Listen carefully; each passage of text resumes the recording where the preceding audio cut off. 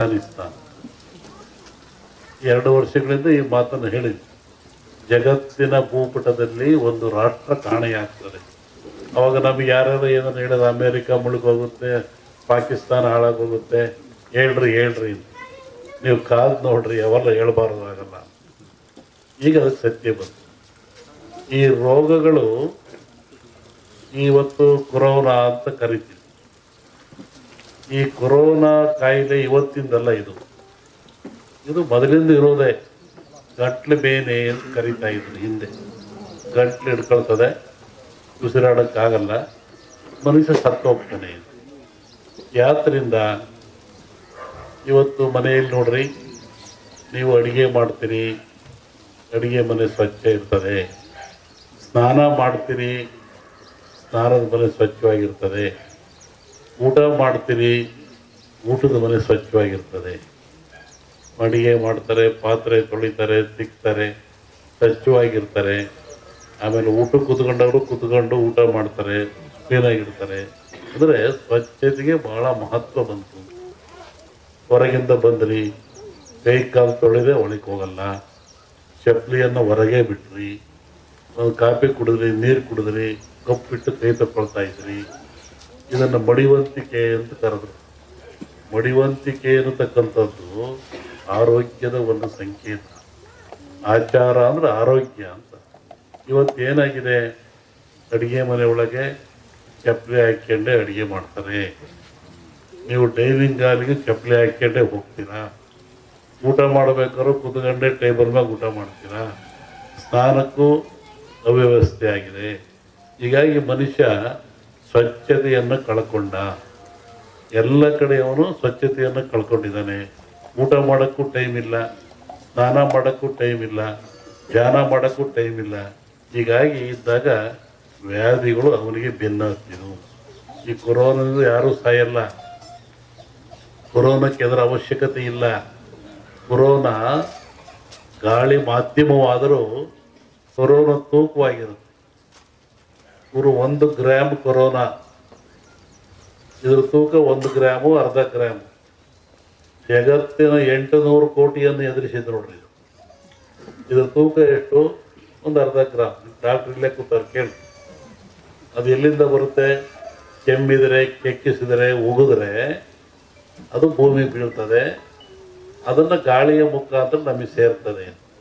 ಅದಕ್ಕೇನಂದ್ರು, mask ಹಾಕ್ಕೊಳ್ರಿ, ದೂರದಲ್ಲಿ ನಿಂತು ಮಾತಾಡ್ರಿ.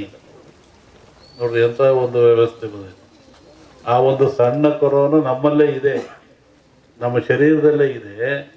ಅದು ಜಗತ್ತಿನ ಜನವನ್ನು ಎದುರಿಸ್ತಾ ಇದೆ. ಅಂದರೆ ಕಾಯಿಲೆ ದೊಡ್ಡದಾಯ್ತಲ್ಲ, ಮನುಷ್ಯನಿಗೆ ಕಾಯಿಲೆ ದೊಡ್ಡದಾಯಿತು.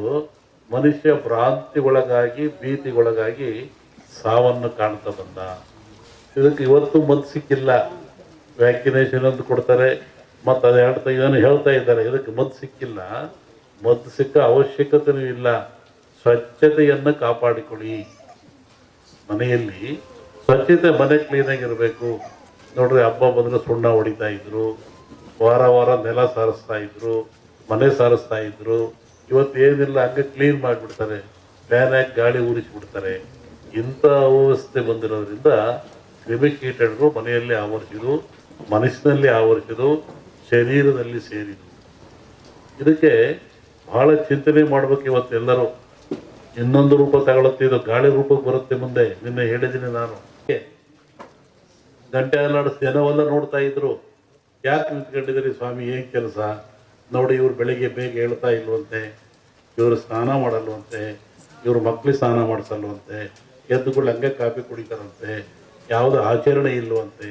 ಅದಕ್ಕೆ ನಾನು ಮುಳ್ಳಾಗಿ ನಿಂತ್ಕೊಂಡು ಗಂಟೆ ಅಲ್ಲಾಡಿಸ್ತಾ ಇದ್ದೆ. ಒಬ್ಬ ಭಕ್ತನ ಉದ್ಧಾರಕ್ಕಾಗಿ, ಒಂದು ಸಮಾಜದ ಏಳಿಗೆ ಎಂಥ ವ್ಯವಸ್ಥೆ ಇಟ್ಟಿತ್ತು ಸಮಾಜ ಹಿಂದೆ. ಒಬ್ಬ ಗುರು ಬಂದು ನೋವು ತಗೊಳ್ತಾ ಇದ್ದ. ಅವಾಗ ಅವನು ಬಂದು, ಇಲ್ಲ ಸ್ವಾಮಿ, ಇನ್ಮೇಲೆ ಹಂಗೆ ಮಾಡಲ್ಲ ನಾನು ಅಂಥೇಳಿ ಅವ್ರಿಗೆ ನಮಸ್ಕಾರ ಮಾಡಿ 4 ಕಾಣಿ ಕೊಡ್ತಾ ಇದ್ದ.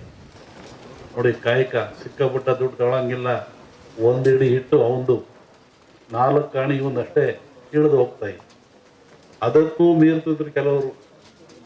ಆವಾಗ ಅವ್ರಿಗೆ ಶಸ್ತ್ರೂಪ ಮಾಡೋದು ಮತ್ತೊಬ್ಬರನು ಅವನ ಮನೆ ಮುಂದೆ ಬಂದು ಮುಳ್ಳಾವಿಗೆ ಮೆಟ್ಕೊಂಡು ಈ ಬಾಯಿಗೆ ಉದ್ದಕ್ಕೆ ಈ ಬಾಣದಂಗೆ ಇರುತ್ತಲ್ಲ ಶೂಲ ಅದು ಚುಚ್ಕೊಂಡ್ಬಿಡ್ತಿದ್ದ, ರಕ್ತ ಬೀಳ್ತಾ ಇತ್ತು. ಮತ್ತೆ ಗಂಟೆ ಅಲ್ಲಾಡಿಸೋನು. ಎಲ್ಲ ಜನ ಸೇರೋರು ಯಾಕೆ ಇವನು ಐನರಿಗೂ ಬೆಲೆ ಕೊಡಲ್ವಂತೆ, ಆ ಪೂಜೆನೂ ಮಾಡಿಲ್ವಂತೆ, ನೋಡಪ್ಪ ಇವನು ಹಂಗೆ ನೀನ್ಯಾಕೆ ನಾವು ತಗೊಳ್ತೀಯ? ಅವರ ಉದ್ಧಾರಕ್ಕಾಗಿ ಇವು ಮಠಗಳು, ಮಾನ್ಯಗಳು, ಹಿರಿಯರು ಒಂದು ಸಮಾಜವನ್ನು ಸಿದ್ಧುವಂಥ ಸಂಕೀರ್ಣ ಆದರ್ಶ ತತ್ವಗಳು.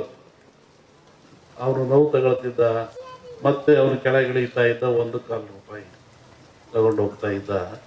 ಇಂತಹ ಒಂದು ವ್ಯವಸ್ಥೆ ಈ ಸಮಾಜದಲ್ಲಿ ಇತ್ತು. ಇವತ್ತು ಅದು ಯಾವುದೂ ಇಲ್ಲ. ಇವತ್ತು ಐನರಿಗೆ ಕರಿಯರು, ಸ್ವಾಮಿಯವ್ರಿಗೆ ಕರಿಯರು, ವಾರ ಕರಿಯರು, ಹಬ್ಬಕ್ಕೆ ಕರಿಯರು, ಅಲ್ಲಿಯೂ ಇಲ್ಲ. ಈಗ ಹುಟ್ಟಿದಾಗ ಸತ್ತಾಗ 2 ಸತಿ ಕರೀತಾರೆ. ಅದು ಇದೆ ಇಲ್ಲೂ ಗೊತ್ತಿಲ್ಲ. ಆದ್ರೆ ಇವತ್ತು ನಮ್ಮ ಜಗದೀಶು ನೋಡ್ರಿ ಎಂಥ ಒಂದು ಸಂಪೂರ ಅಂದ್ರೆ ಅಮೇರಿಕವನ್ನು ಮಣಿಪುರ ಅಂತ ಕರೀತಾರೆ. ಅದು ಅಮೇರಿಕ ಒಂದು ದೇಶದಾಗ ಎಲ್ಲರೂ ಸೇರ್ಕೊಂಡ್ರದಲ್ಲಿ. ಶ್ರಾವಣ ಮೇಲೆ ಹೇಳ್ತೀನಿ ಅದ್ರ ಬಗ್ಗೆ. ನೋಡು ಹೇಳಿದ್ದೀನಿ, ಇನ್ನೂ ನೋಡ್ತಿರ್ಬೇಕಾರೆ. ಹಿಂದೆಲ್ಲ ಹೇಳಿದ್ನಲ್ಲ, ಮೊನ್ನೆ ಹೇಳಿದ ಕೆಲವು ಮುಳುಗ್ತವೆ ದೇಶಗಳು, ಕೆಲವು ಹೇಳ್ತವೆ, ಹೊಸ ರಾಜ್ಯಗಳು ಉತ್ಪತ್ತಿ ಆಗ್ತವೆ ಅಂತ ಮೊನ್ನೆ ಹೇಳಿದ್ನಲ್ಲ. ಮತ್ತು ಮದ್ದಿಲ್ಲದ ಕಾಯಿಲೆ ಬರುತ್ತೆ, 5 ವರ್ಷ ಇರುತ್ತೆ ಕಾಯಿಲೆ. ಅದು ಮತ್ತು ಕೊರೋನಾ ಬಂತು. ಇದು ಇನ್ನೊಂದು ರೂಪವನ್ನು ತಾಳುತ್ತೆ. ಆದರೆ ಸಾವು ನೋವು ಕಮ್ಮಿ, ಕಾಯಿಲೆ ಮಾತ್ರ ಈ ಸಂವತ್ಸರದಲ್ಲಿದೆ. ಹೊಸ ರೋಗ ಉತ್ಪತ್ತಿಯಾಗಿ ಉಸಿರಿಗೆ ಸಂಬಂಧಪಟ್ಟದ್ದು ಜನ ಆ ಥರ ಸಾಯ್ತಾರೆ. ಆ ಭೂಮಿ ಹೇಳಿದ, ಭೂಮಿ ಗುಡ್ಡ ಬಿಡಿ ಉಳ್ತವೆ ಅಂತ ಹೇಳಿದ್ದ ನಾನು. ಬೆರೆಯುತ್ತೆ, ಉಳುತ್ತವೆ, ಸಮುದ್ರ ಜಲಬಾಧೆ ಜನ ಸಾಯ್ತಾರೆ ನಮ್ಮನ್ನು ಹೇಳಿದ್ನಲ್ಲ. ಅದೆಲ್ಲ ನಡೀತಾ ಇದ್ದಾರೆ, ಇನ್ನೂ ಇದೆ ಅದು.